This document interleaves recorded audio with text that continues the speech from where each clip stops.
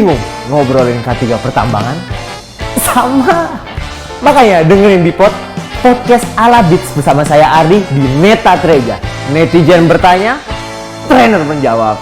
Yaha!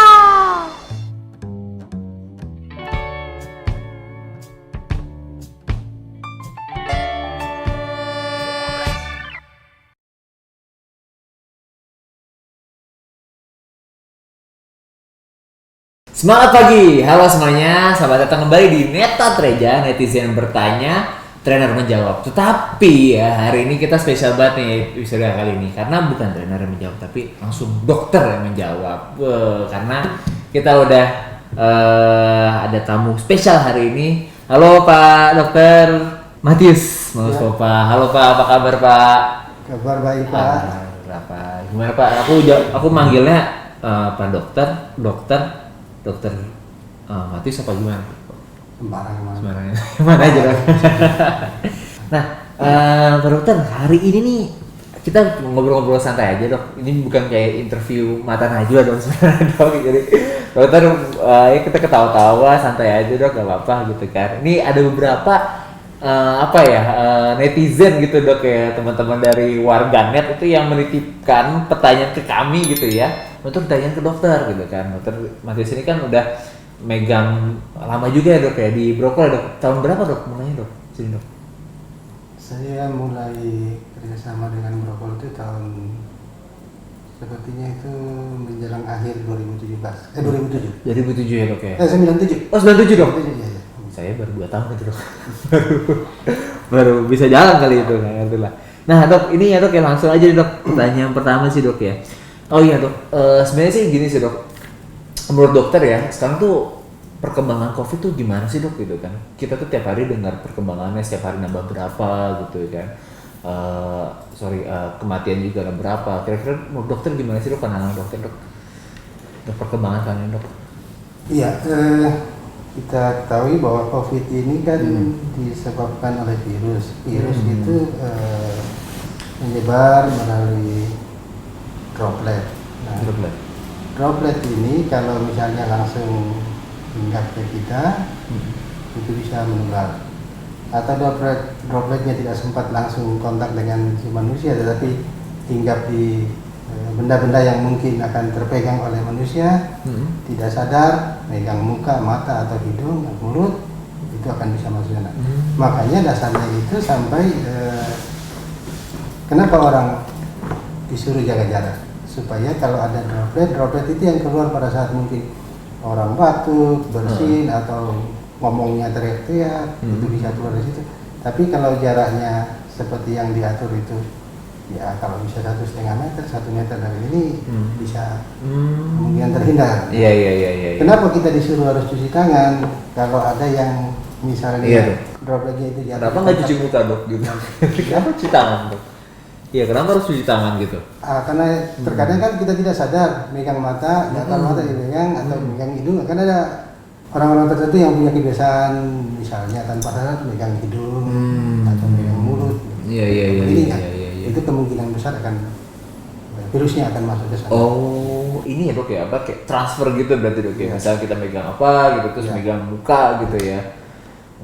Habis itu kan kita suruh menjaga jarak, memakai masker ya tadi juga ya, sama kita mencuci tangan ya dok ya. Iya. Terus berarti tapi masih aja ya meningkat terus ya dok ya ininya ya, apa perkembangannya dok ya. Tapi yang penting kita harus tetap menjaga itu ya dok ya. Tuh. Nah ini ada juga sih ini dok, pertanyaan juga dok dari akun Cahyo Andrianto dok. Wah ini tuh jadi gini, dia nanya. Katanya yang paling berbahaya itu kalau COVID kena kepada pasien yang punya komorbid gitu kan. Sebenarnya apa sih dok itu komorbid? Terus apakah ini juga mungkin saya juga nambahin pertanyaan juga ya. Apakah memang angka kematian itu besar tuh karena pure COVID gitu loh dok?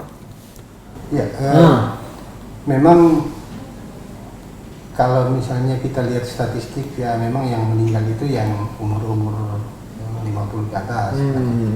Sementara kalau berbicara masalah komorbid itu adalah kondisi yang ada selain COVID di pasien itu. Kondisi yang ada selain COVID. Misalnya dia umur di atas 50, kemudian dia penyakit hipertensi, penyakit pernapasan yang kronis, kemudian ada penyakit diabetes, penyakit jantung, itu semua yang dikatakan komorbid. Nah, masalah meninggalnya sih orang kan tergantung dari atas ya. Tetapi betul. menurut keilmuan yang ada bahwa penyakit-penyakit ini akan lebih rentan untuk meninggal ketimbang yang tidak. Walaupun juga ada yang anak kecil, ada yang masih muda yang tidak punya komorbid, ada yang meninggal juga. Tapi karena dampaknya di dalam tubuh, hampir semua organ itu keserang sama COVID ini. Jadi kalau saya baca-baca gitu ya dok ya, baca di berita gitu ya, katanya itu menyerangnya ya cuma pernapasan doang, tapi emang ternyata keseluruhan gitu. Ada bisa banyak organ lain. Khusus otak pun bisa. Otak pun bisa dok. Pernah ada kasus kayak gitu deh berarti ya. Oke. Berarti memang walaupun sekarang kayak di mana-mana mungkin udah kayak apa namanya makin slow gitu ya sama protokol kesehatan, tapi ternyata ini ya dok ya apa namanya mematikan juga dok ya si virus ini. Oke betul dok. Nah sama ini sih dok, ini pertanyaan dari akun Greska Rosa Safira, bagus sekali namanya. Jadi seperti ini dok, dia mau nanya dok. Jadi saya kan pernah cacar ya gitu ya. Nah terus saya setelah cacar itu saya jarang kena cacar lagi dok gitu kan. Nah yang saya mau tanyain nih, sebenarnya kalau misalkan kita habis sembuh dari COVID gitu ya, apakah badan bisa menjadi imun juga gitu dok? Nah ini mohon maaf ya dok ya, kita namanya netizen itu juga kita kagak ngerti-ngerti banget tuh tentang kesehatan dok gitu, makanya kita mulai ke dokter nih gimana deh? Ya, walaupun sama-sama virus ya, virus cacar air itu kan bisa kebal seumur hidup. Sekali kena saja akan muncul imun untuk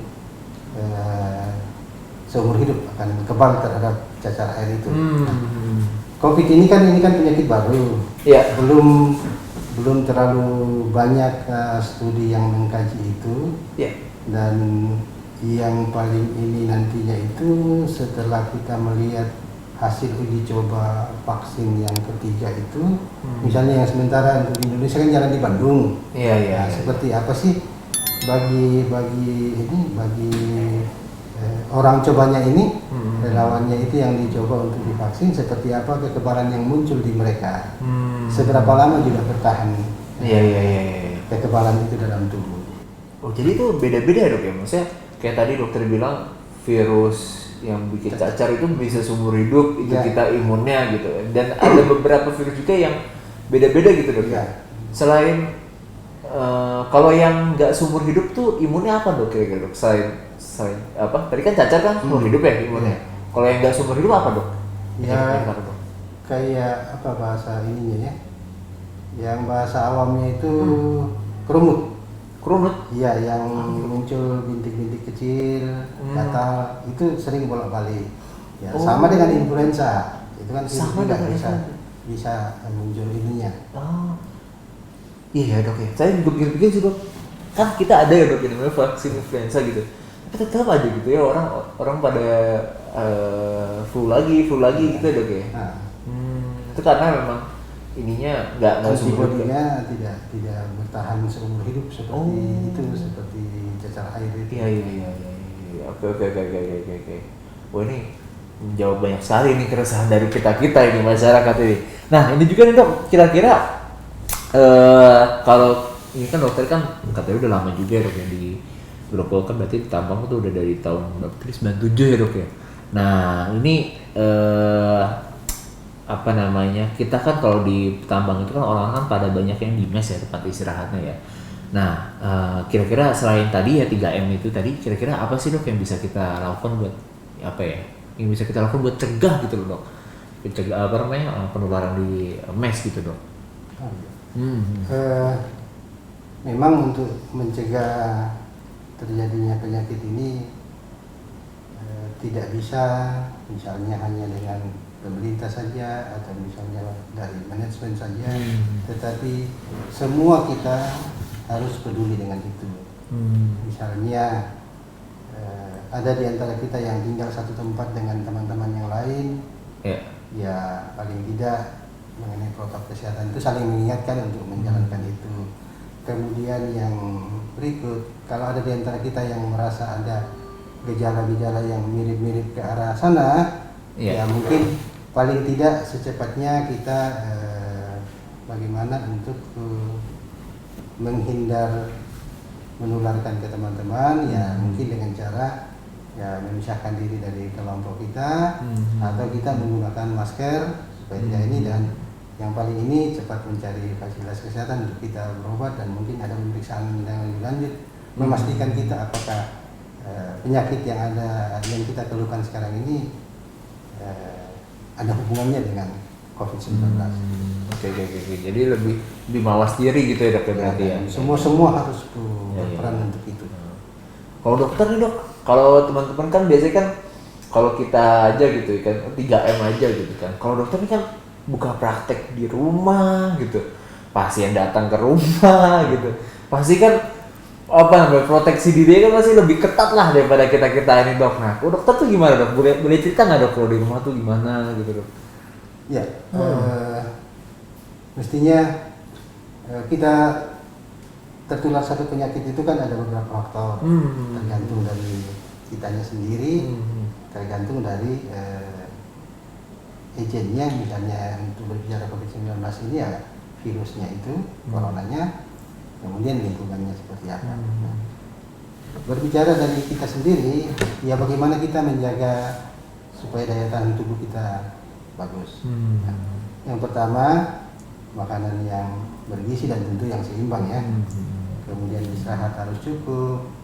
Kemudian kalau sempat olahraga yang untuk menyegarkan tubuh. Kemudian yang tidak kalah penting, berusaha untuk bagaimana selalu berpikiran positif, suasana kejiwaan dibuat lebih senang, karena stres itu membuat imun tubuh kita akan bisa berkurang. Dan banyak tentu kita akan mengkonsumsi dengan kondisi sekarang ya, kita mengkonsumsi tambahan suplemen vitamin. Iya. Dok, ini pas banget nih dok, ini lagi ngomongin tentang stres ya dok ya. Ini saya pengen curhat aja sih dok. Ini nggak tahu nih, ini masuk konsultasi apa enggak sama dokter ini. Jadi gini dok, saya tuh jujur ya dok ya, saya tuh ya udah malas sekarang dok nyalain TV dok. Kenapa dok? Karena apa ya, di TV itu kan setiap hari itu dikasih tahu perkembangan COVID gitu dok. Terus setiap hari tuh nambah berapa ribu gitu kan. Terus saya ya stres lah dok, saya ngeliat itu dok gitu kan. Saya tuh udah mungkin gak cuma saya sendiri ya, enak gitu dok. Udah rasanya tuh udah enak banget dok kalau misalkan tentang berita tentang COVID kayak gitu. Nah itu gimana dok ya? Gimana cara nanggulanginnya, dan apakah kalau misalkan kita stres gitu emang bisa lebih terpapar gitu dok? Apa lebih susceptible gitu istilahnya ya? Ya, itu kan salah satu faktor yang membuat kondisi daya tahan tubuh kita bisa menurun.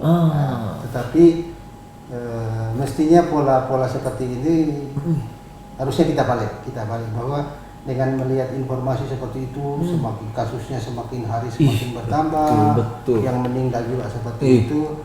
Tapi kan di berita itu kan ada harapan juga bahwa ternyata yang angka kesembuhan juga meningkat. Nah, jadi dari informasi itu mestinya kita ambil positifnya bahwa ternyata kasus ini berakibat seperti ini. Kita jangan mestinya tambah stres atau tambah parno gitu ya dok. Tetapi malah itu harus mendorong kita bagaimana memproteksi diri kita, memproteksi orang sekitar kita dan lingkungan kita. Mestinya itu diambil ininya, jangan malah kita menarik diri dari informasi itu. Karena kita ambil positifnya, ternyata seperti ini barang. Tapi saya harus begini untuk supaya saya tidak ini dengan orang sekitar saya dan lingkungan saya. Harusnya seperti itu. Tapi dokter gimana dok? Awal-awal COVID masuk ke Indonesia gitu ya, terus dokter pasti kan terus sebagai tenaga medis gitu ya, pasti kan nonton TV gitu ya, terus macam-macam deh berita tentang tenaga medis terpapar lah segala macam. Dokter ngerasa ini nggak dok? pusing gitu bagaimana gitu dok? Ya, Awal-awal, Dok. jadi memang awalnya kita pusing karena ini barang baru, tetapi mestinya kalau dengan kita pusing ya nantinya kita tidak akan bisa berbuat sesuatu untuk memproteksi diri, memproteksi orang sekitar kita dan lingkungan kita. Nah, dari situ justru dengan banyaknya berita yang kita lihat oh berarti permasalahannya seperti ini. Nah, ini kan ada informasi bahwa misalnya teman sejawat yang di rumah sakit justru bukan cuman yang merawat langsung pasien itu yang meninggal, tetapi ada juga yang tidak kontak langsung dengan pasien itu ada juga yang tertular. Oh ya, contohnya gimana Ya. dok? Ada kan yang di level manajemen, ada yang direktur rumah sakit kan tidak Betul sih, kontak ini betul, dengan betul, ini. betul. Tetapi berarti di sana kita barangkali ini mungkin beliau itu atau kita tidak disiplin dalam menerapkan protokol kesehatan. Dan juga untuk kalau di lingkungan kita kembali sedikit dulu yang tinggal di mes tadi. Iya. Itu kan baru tadi di individu kita saja kan bagaimana virusnya itu kita tidak bisa apa-apakan karena kekuatannya. Tetapi masih bisa dimodifikasi dengan lingkungan. Misalnya lebih banyak dibuat, jangan kita banyak ini di dalam ruangan tertutup, banyak di ruangan terbuka supaya sirkulasi udaranya itu jauh lebih bagus. Nah, misalnya di rumah, ya kita harus disiplin membuat kondisi rumah itu supaya sirkulasi ini udaranya jauh lebih bagus, supaya jumlah virus di situ tidak terakumulasi bahasanya, terkumpul gitu ya dok. Iya. Jadi ventilasi sangat memungkinkan untuk kita lakukan juga. Habis ini kita buka dok. Jendelanya kita buka dok habis itu. Jadi tadi menarik ya dok. Jadi kalau misalkan jabatan itu tidak mempengaruhi apapun ya dok ya. Jadi walaupun jabatannya tinggi tetap bisa kena ya dok ya. Lagian juga ada apa? Saya pernah baca dan dengarkan bahwa tenaga medis, para medis yang di rumah sakit itu tertular mereka karena kurang disiplin. Kurang disiplinnya itu pada saat membuka APD-nya mereka. Membuka APD dok. Ya. Ini kita pakai APD nih saya ini dok. Oke dok, boleh minta tolong nggak dok ajarin cara bukanya. Misalkan ini dok, cara bukanya gimana dok? Emang bisa salah dok? Orang cuma buka APD doang gitu dok. Ya. Khusus yang di rumah sakit, kan mereka udah pasti bahwa mereka terpapar dengan ini kan, pasti dengan dong. virus ya. Mungkin saja pada saat kan sarung tangan berlapis-lapis itu mungkin mereka cara membukanya yang tidak disiplin, karena kan mestinya satu lapis harus desinfeksi lagi apa segala, satu lapis dulu. Kemudian mungkin tanpa sadar mungkin sudah buka APD yang di bagian kepala, mungkin mata ini atau hidung gatal ini, padahal ini belum didesinfeksi. Itu yang ininya. Jadi juga mungkin pada saat pulang ke rumah ya ada sih yang memberikan contoh begitu dia ini dokter-dokter di kota besar ini kan ada beberapa rumah sakit mereka, paling tidak 2 atau 3 rumah sakit. Jadi dari satu rumah sakit itu ganti pakaian, dan pakaian itu mereka bungkus dan biasanya ditaruh di dalam wadah yang sudah ada deterjennya, karena dengan deterjen kan bisa. Jadi itu yang ketidakdisiplinan seperti itu. Dan mungkin juga misalnya kita sekian orang, 5 orang, yang 4 orang sudah disiplin, tapi ada satu yang ini, nah ini satu yang tertular, tapi mungkin ada dalam satu ruangan makan sama-sama atau minum sama-sama. Nah, atau ada lagi yang kebiasaan kita karena teman akrab mungkin minum 1 gelas berdua, atau itu yang ininya, padahal dari satu sebab saja yang teledor, yang sekian orang ini yang disiplin ikut juga terbawa ke sana ini. Berarti ini apa ya? Berarti kita dalam kondisi kayak ini juga kita harus menjaga apa ya? Kerjasama tim juga lah Pak. Mau apa ya? Jadi kalau cuma tidak semua berupaya ke arah sana, ya agak sulit dan butuh waktu yang panjang. Jadi ya saling mengawasi ya Pak ya, saling menegur gitu ya. Ya, Ya, satu ya, mengingatkan satu dengan yang lain. Iya. Betul. Ini udah banyak banget. Dan ini juga nih Pak. Ada lagi nih Pak, ada yang mau nanya nih Pak. Namanya Christian Nathanael Pak. Nah, Pak Dokter, kita kan bentar lagi mau nyambut pilkada ya, tanggal 9 Desember. Terus juga ada Natal juga Dok, ada tahun baru juga gitu kan. Gimana sih Dok kiat-kiatnya biar Natal atau biar pilkada, Natal dan Natal itu tetap hikmat gitu dan saling menjaga terhadap penularan virus COVID. Jadi misalnya pilkada ini kan kita harapkan semua sukses. Ya. Suksesnya itu dilihat dari pelaksanaannya aman, lancar, kemudian tertib. Selain itu indikatornya juga misalnya keaktifan si pemilih datang ke TPS. Nah, ini harapannya kan penyelenggara ini sukses mereka melaksanakan dengan banyaknya pemilih ini yang datang ke TPS. Nah, itu yang mereka sudah mesti harus siapkan. Tetapi tidak cukup dengan penyelenggara saja atau pemerintah. Dari kita juga harus bagaimana berupaya untuk memproteksi diri juga. Nah, misalnya saya kira sudah ada anjuran bahwa kita harus menggunakan masker, kita harus jaga jarak, kalau perlu pakai sarung tangan, dan menyiapkan alat tulis sendiri dari rumah, karena mungkin pada saat proses pendaftaran dan lain sebagainya ada yang perlu ditulis-tulis. Betul. Jangan ganti-ganti alat tulis dari satu orang ke orang yang lain. Begitupun pada saat mungkin menunggu giliran, mudah-mudahan sudah dipersiapkan di situ jarak antara orang ke orang ini sudah tetap diperhatikan. Jangan ada yang berkerumun, jangan ada yang tidak pakai masker, jangan ada yang maskernya digantung saja. Itu dicari Pak. Nah, biasanya maskernya sini Dok. Ya. Nah, begitupun setelah pulang, upayakan bahwa semua peralatan yang kita pakai ke situ tuh sebelum memasuki rumah dan bersentuhan dengan orang di rumah kita, barang itu sudah harus kita buka semua. Taruh perlakuannya seperti yang kita sebutkan tadi, misalnya apakah langsung dimasukkan dicuci atau kalau tidak punya mesin cuci ya taruh di satu wadah yang ada air sabunnya, yang di situ untuk minum, kemudian kita langsung mandi bersih, baru kita kontak dengan orang.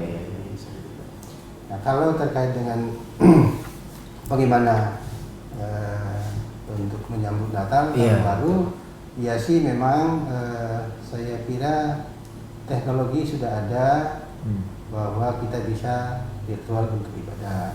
Yang penting bagaimana kita menyiapkan diri untuk khusyuk beribadah supaya makna dari kegiatan yang kita laksanakan ini tetap kita dapatkan tentu dengan keluarga dan teman-teman yang lain. Tidak harus bahwa kebiasaan dengan kemarin-kemarin kita harus biasanya ngumpul tuh Dok, pastikan harus seperti itu lagi.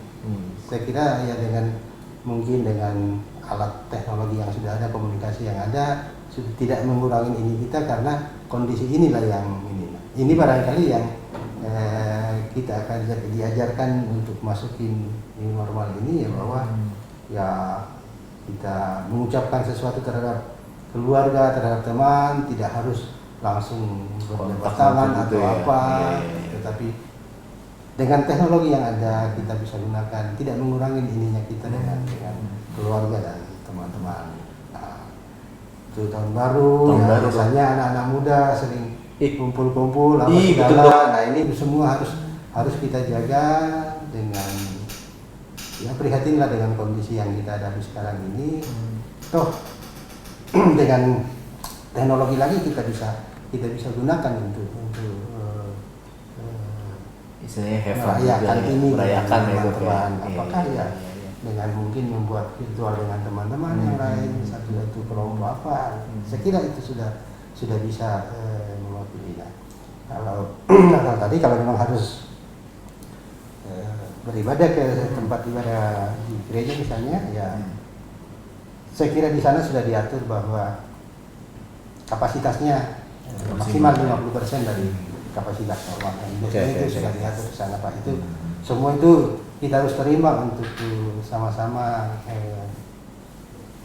menjaga penularan dari COVID ini ya. Kita harus punya tanggung jawab untuk memutus rantai penularan yang ada ini Pak. Neta Treja, netizen bertanya, trainer menjawab.